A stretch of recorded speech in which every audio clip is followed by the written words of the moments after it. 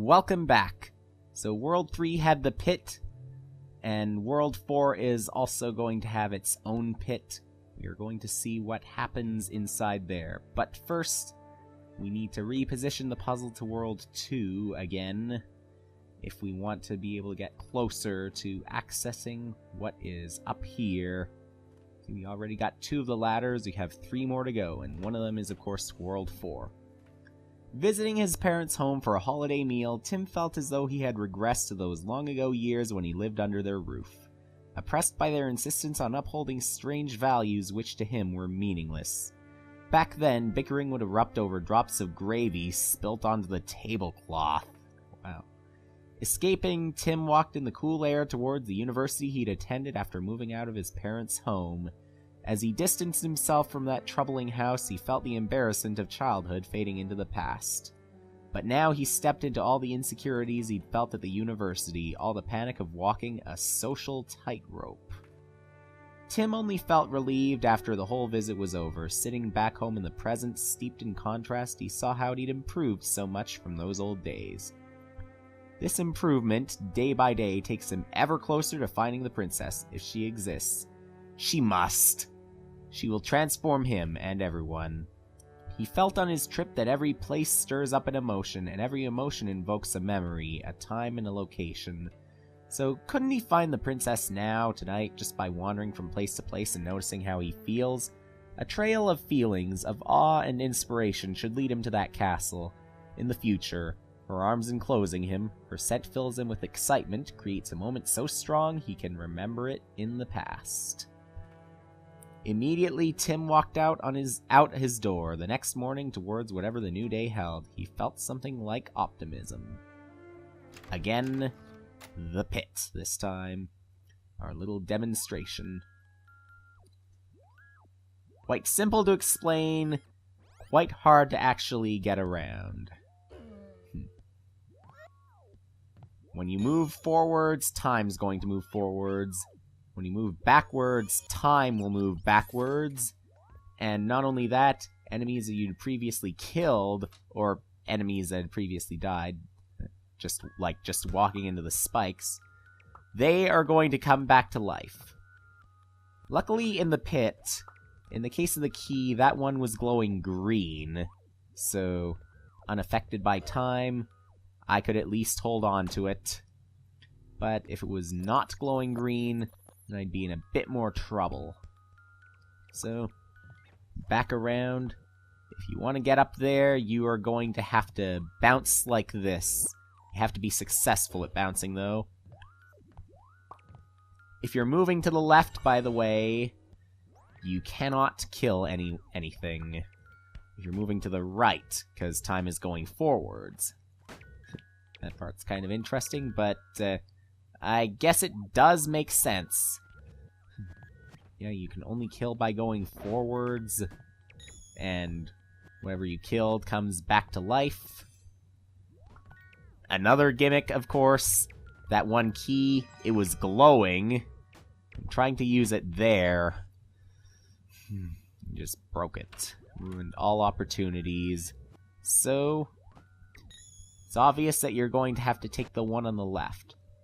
Again, since it's a glowing key, but a regular lock.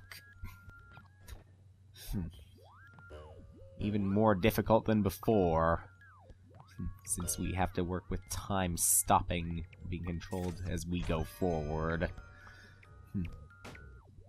And with that, you cannot go to the right down below. You have to stay up here, so you can avoid getting bitten. Now for this one, we will absolutely need the switch. At least to my knowledge. When to flip the switch, though, as just like the enemies come back to life, flip the switch and you move to the left a bit too far, it's going to reset back to normal. So that'll become a real problem. And a problem for me, not that it's something you should really care about. Keep getting a little pop-up window saying out of memory. Well, at least it's not affecting the recording. But, anyway, You saw that little rewind there. To bounce at the right time again. Let's go for that climb. Gonna have to go around. So if we need that key, you will have to do it like that. When an enemy grabs the key, just like when you grab the key, as long as it's glowing, they're still gonna be able to hold on to it, even if they're going backwards. As you can see right there. And I'm gonna need to do that. Let's take the key now. Do something we've done plenty of times before. But you gotta make sure to hold on to the key. So that can become a lot of trouble, but, you know, something else probably use, at least since the enemy still holds on to the key. You can get rid of it. Then you should be able to grab it again. And remember, one more time, the glowing key. Flip the switch. Needs to be toggled again. So many things you're gonna have to do over and over sometimes, as it would seem. We'll bounce. And that's how you get this puzzle piece. It's a good thing that the puzzle pieces are glowing green here, because if we were moving backwards, then we would not be able to hold on to them. If something was overlooked, that would probably be really, really embarrassing. There's a certain order that you will need to do this, because, again, with the hunt, they will come back to life. At least the lock that requires you to kill 6 of them is glowing green, so even if one of them does come back to life after you killed them all, you can still grab the puzzle piece. Kill at the very left from the start, then pretty close to the very left, or as close as possible without bringing the other one back to life. One more time with this one, then even the rewinds will help, like that.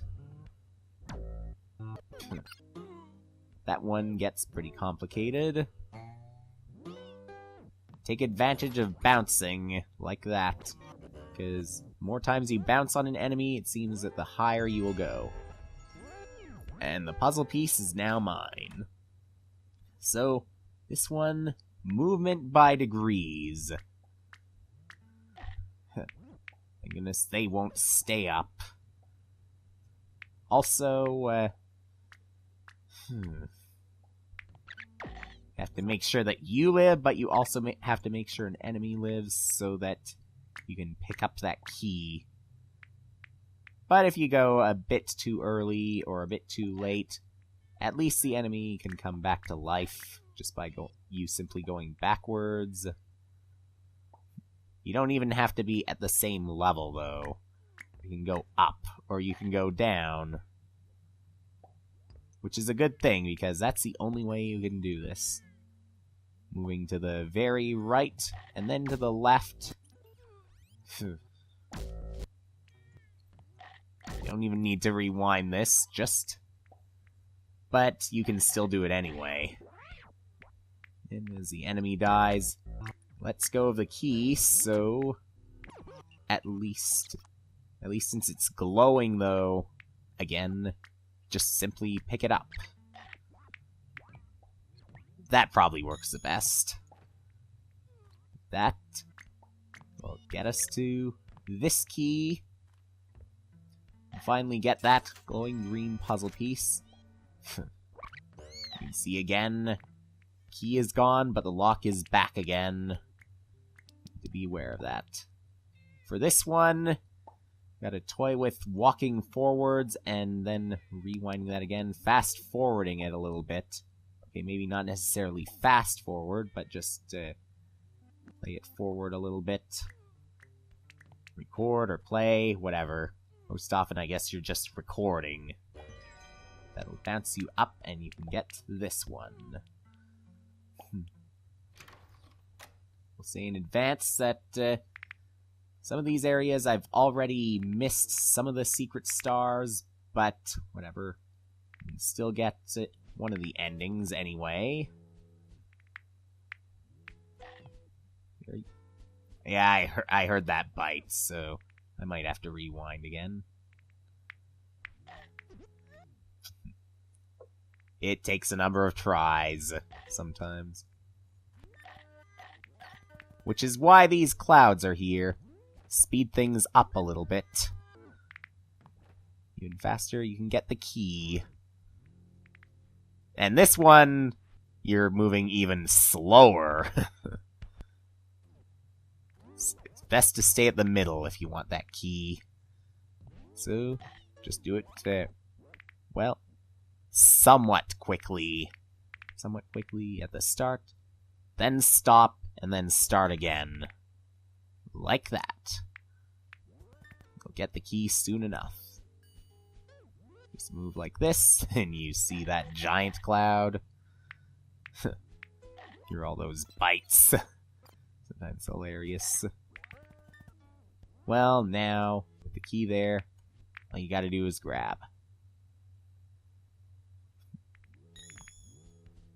Just take it to the left one again, because at the right, yep, as you've seen before, kind of wreck it.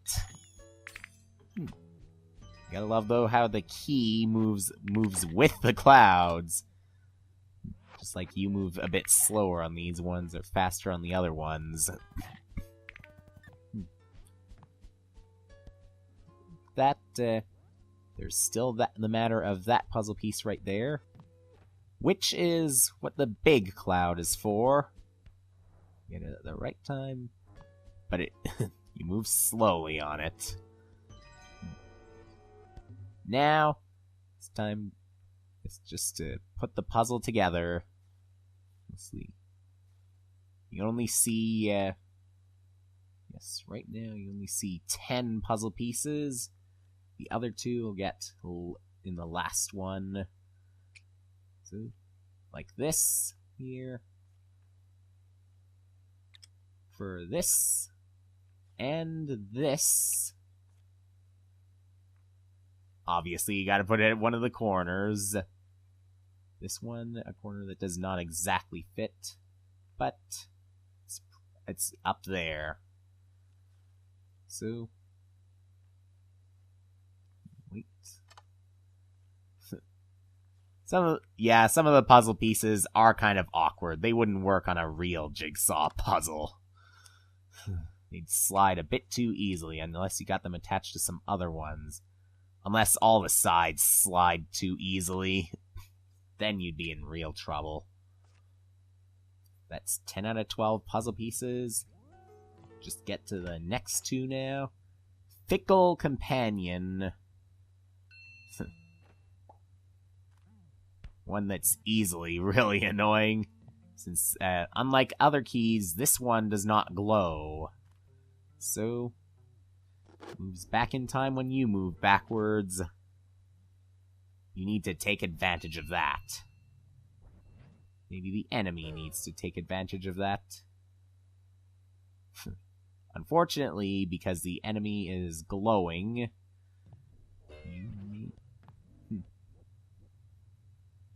It's funny how the key moves as well.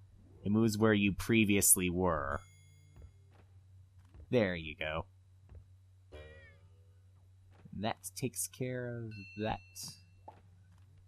So, another puzzle piece.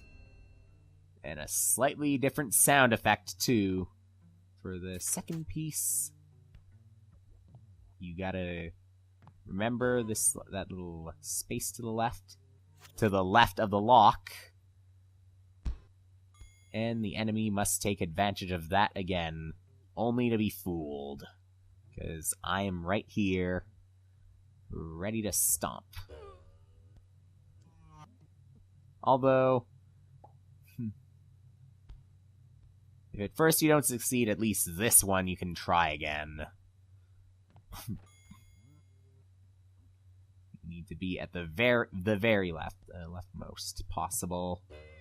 So the jump, and now got the key. So, how about a little rewinding? A little more rewinding, so I'm back out here. We jump. We're finally done with this world. We'll be done with the puzzle piece, or the puzzle itself soon. And that's a third flag. Hello there, I'm sorry, but Hey, where are you going?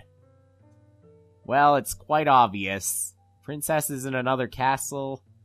He does not need to be reminded several times over.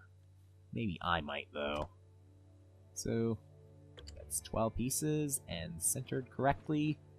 Access World 5 and 6 now. And another ladder. Next time, World 5.